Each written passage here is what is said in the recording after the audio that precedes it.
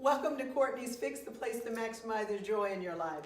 Today we're talking about an efficient spice cabinet. Now, this video is a little self-serving and it's designed for you. Self-serving for me because sometimes I go to my friend's house and they try and get me to cook and I open up that spice cabinet. Holy hell when I look in there. So this is all about you and designing your spice cabinet. Now, if you don't mind, when I go, I'm probably going to end up putting my back to you, so please excuse that. So I'm going to peer in first and then we'll move along. So over here on this left-hand side are more of the commercial spice mixes that I like, that some of them I repeat, some of them I don't. And then in the way back, I've got all my weird ingredients that I've gotten when I travel. So if you want to know more about those, just ask me below. Now, all about you. One of the reasons why your spice cabinet is all about you, don't take other people's advice, is because as you are trying to make fresh dishes all the time, I believe that you should approach your spice cabinet based upon what you love.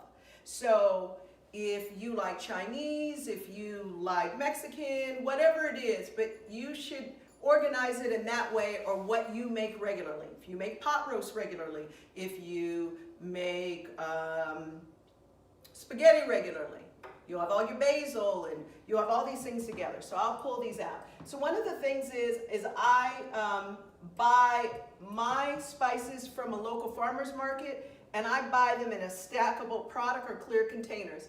I know a lot of times you want to buy glass and use glass, but a lot of the glass containers, or depending on who you're buying it from, they're all on the same level and it's hard to see them and they get lost. So I'll begin to pull this out. So for me, I've organized everything based upon a lot of the cuisines that I cook regularly, or the approach I'm taking.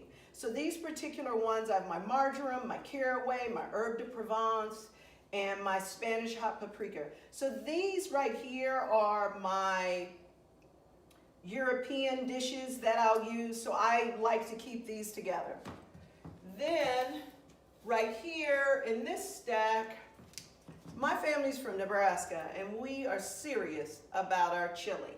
So these are a variety of different spices that I'll use for my chili. I've got my ground cumin, I've got my ancho chili powder, I've got my chipotle chili powder, I've got my chili powder, I've got my cumin seed, and so I'll put all those together just so I know, boom, boom, boom, I can move really quickly.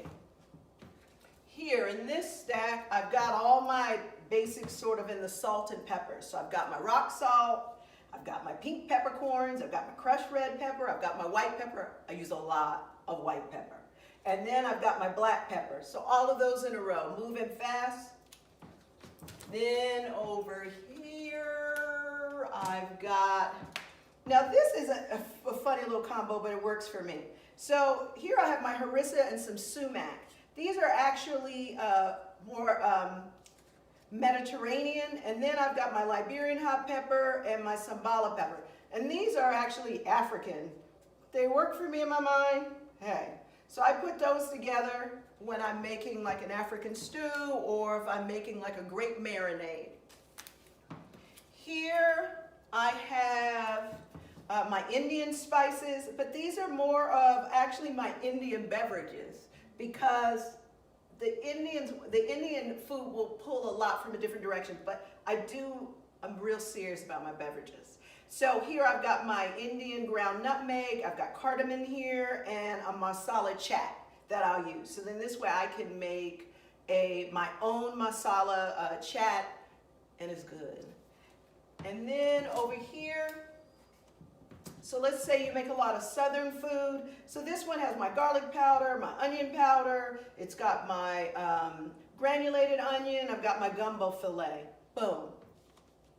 And then what else do we have here? We have some celery salts, ground celery, when I make potato salad, which I don't make it that often, and then also when I make turkey, I like to use celery when I make turkey. So, and then here, these are more for infusions, but sweeter infusions. So you might see the video that I've done on a vin chaud on a hot mulled wine.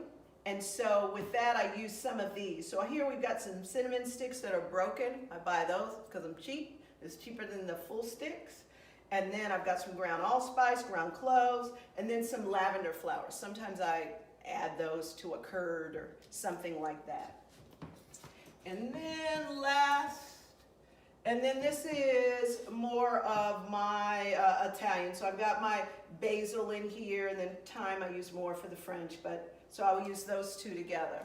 Now you'll notice a little bit above, that's where I keep all my baking stuff. I'll go over that in another video on how to organize that. Some of the spices that you didn't per se hear about, some of those I keep up there, like the ground cinnamon and the whole nutmeg. I'll leave those up there because I like them and I use them more in baking. So, again, it's all about you. Buy stackable products if you can in clear containers so you know what you're handling, know what cuisines you like or styles you like, and absolutely don't forget this. Do not buy in bulk unless you're feeding the local football team regularly. I know it is tempting to go to your wholesale retailer like Costco and buy those giant containers of spices, but spices actually have a shelf life and it's pretty short. So don't do it. Hey, it's Courtney. Hope you really liked the video. Beneficial foods are part of my daily I Love Myself formula. They feed my body, hey, sometimes just my soul. See you next time. Please press the bell below, hit like and subscribe. Comments and questions are always welcome. And remember, maximize your joy, 'cause life is fun as shit.